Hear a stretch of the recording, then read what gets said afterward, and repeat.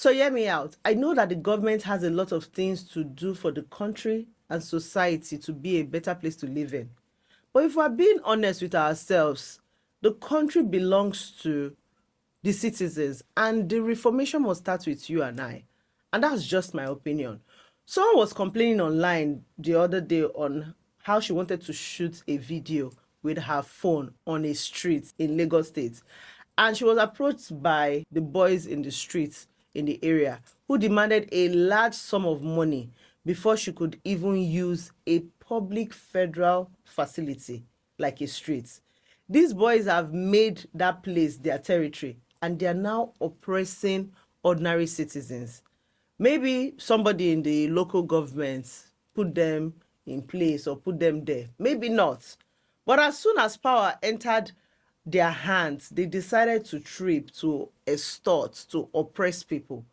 Now, that's the funny thing. This is a common man, a fellow common man oppressing his fellow citizen, not a governor, not a minister, not even the owner of the street, but somebody that just got one little authority or opportunity to be at a territory. Somehow, power changed everything about that person. We see these kind of things everywhere, not only on the streets, even in organization. Starting from the gates, there are some companies that you go to and you almost have to kneel down before the security man gives you an audience. Then somehow, after you gain access through another person, maybe you've called the person and the person comes in, they suddenly want to try to be friendly to you.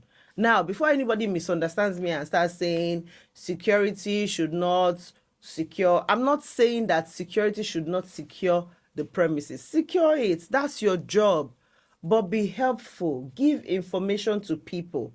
Be firm, be kind. If you have to refuse entry professionally. Don't become oppressive because you have power over the entrance.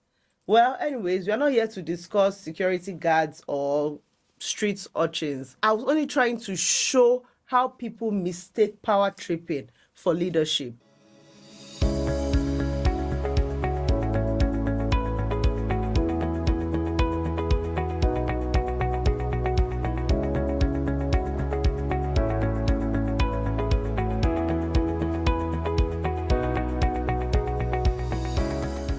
Now, let's come to the office space. You are just a manager under the same employment. You are not even the CEO, but somehow you're unreachable because you have power. No shade, no shade. Honestly, I'm not even shading short people, but some of the people that trip the most over power, just check their heights. I'm joking, or maybe I'm not. How is it possible that somebody working in the same organization cannot visit your office or simply have a discussion with you because you have a higher rank? I'm not even kidding. This is real story. One of my friends told me that she needs to book 1 week ahead to see her manager. 1 good week. The man wants email first. A manager, not the owner of the company, manager.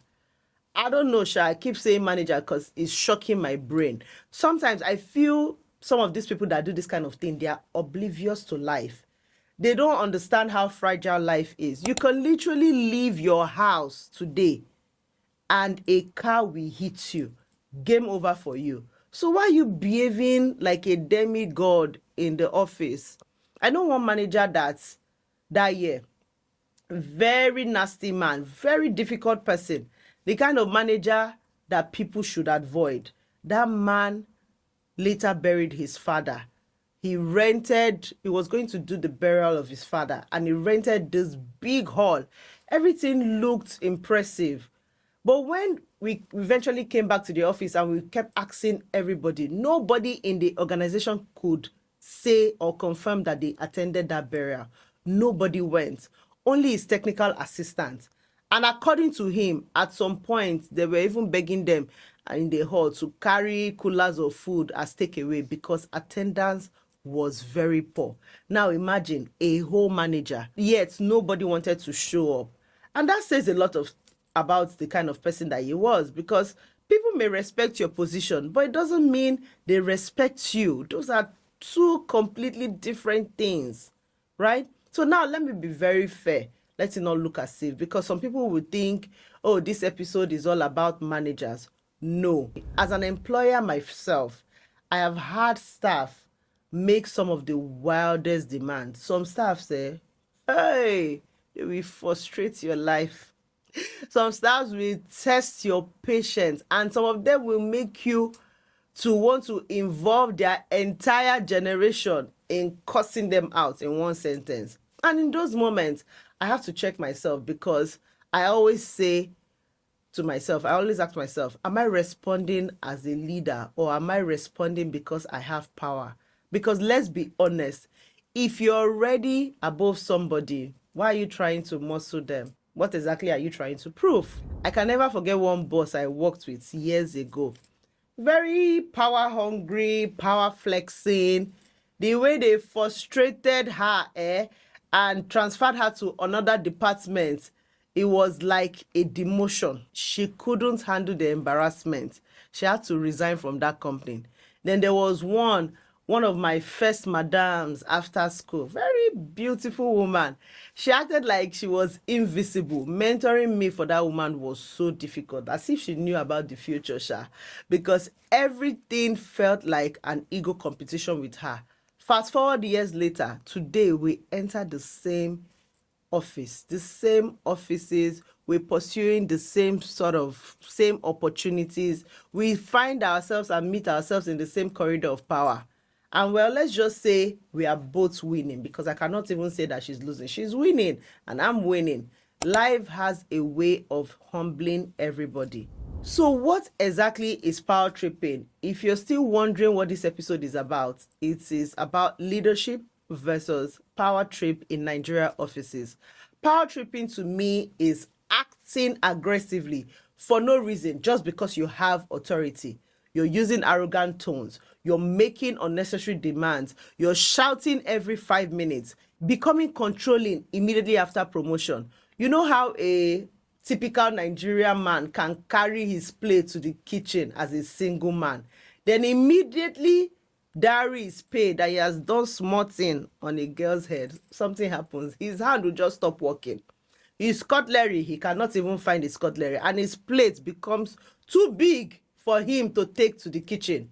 Suddenly, he is now the man of the house, because he has paid because he has paid price.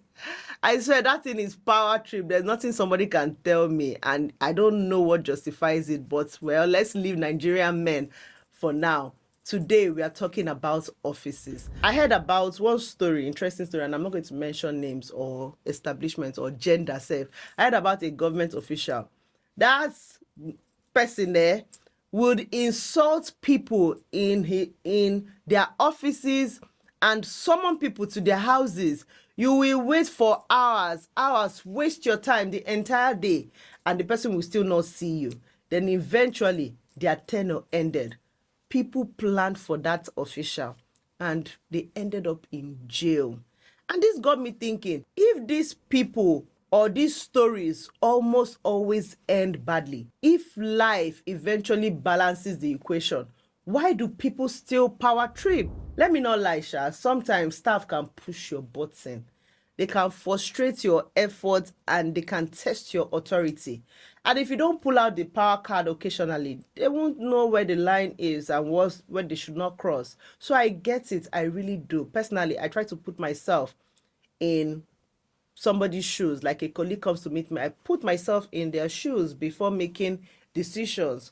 But if your misunderstanding keeps spoiling my work repeatedly, I can shout once, I can para once, I can pull out the power trip card, because you cannot drag me down to your level of confusion and make me repeat myself more than 10 times. No. Someone once told me that he didn't want people looking down on him because of his size and because he was smallish and all of that. Very accomplished bobo like this, very intelligent, very fine guy, but somehow he's on this high horse. That kind of person that he will finish your statement for you before you even start talking. Now, me, I know how to match people's energy, all those kind of nasty people. But honestly, I'm thinking some of these things come from insecurity. Nobody cares about your size. Nobody cares about your height. Just do your work. Just know what you're doing. Do your work. Be firm. Be courteous. Be kind. Nobody even said you should be nice. If you know your onions, people will respect you anyways. They'll respect you for your person. They'll respect you for your work. So now, before some of you start typing, yes, Nnenna, tell them, hold on first. Have you tasted leadership before? Because it's easy to agree when you have never been in charge. You might even do worse. I'm telling you. So relax, relax. Wait until life gives you small authority. Some of you in your house self, your house self cannot sit down in your living room. Get out, go to the kitchen.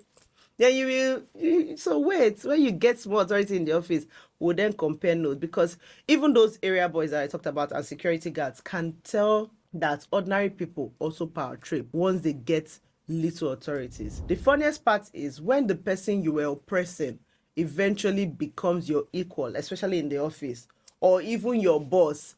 Then aggressive man meets aggressive man. Now everybody wants to dominate each other. To me, a leader puts himself in your shoes before taking decisions, and that's just how I operate. A leader will give audience. A leader will listen. A power tripper, very selfish, small-minded. Even if they're intelligent, they have small mind. Their decision is always the only decision. And the funny part, many of them cannot keep the same energy with their superior. They will become very humble, very respectful, very obedient. But once they enter their office like this, they become invisible, untouchable. I'm not giving advice, but I'm just telling you that life is fragile. So just calm down. Life is already hard. Don't become as hard as life itself. You will still be heard if you allow others to be heard too. But what do I know? I'm just here sharing observations and hot takes. You know now. This is Office Talks with Nnenna Madu.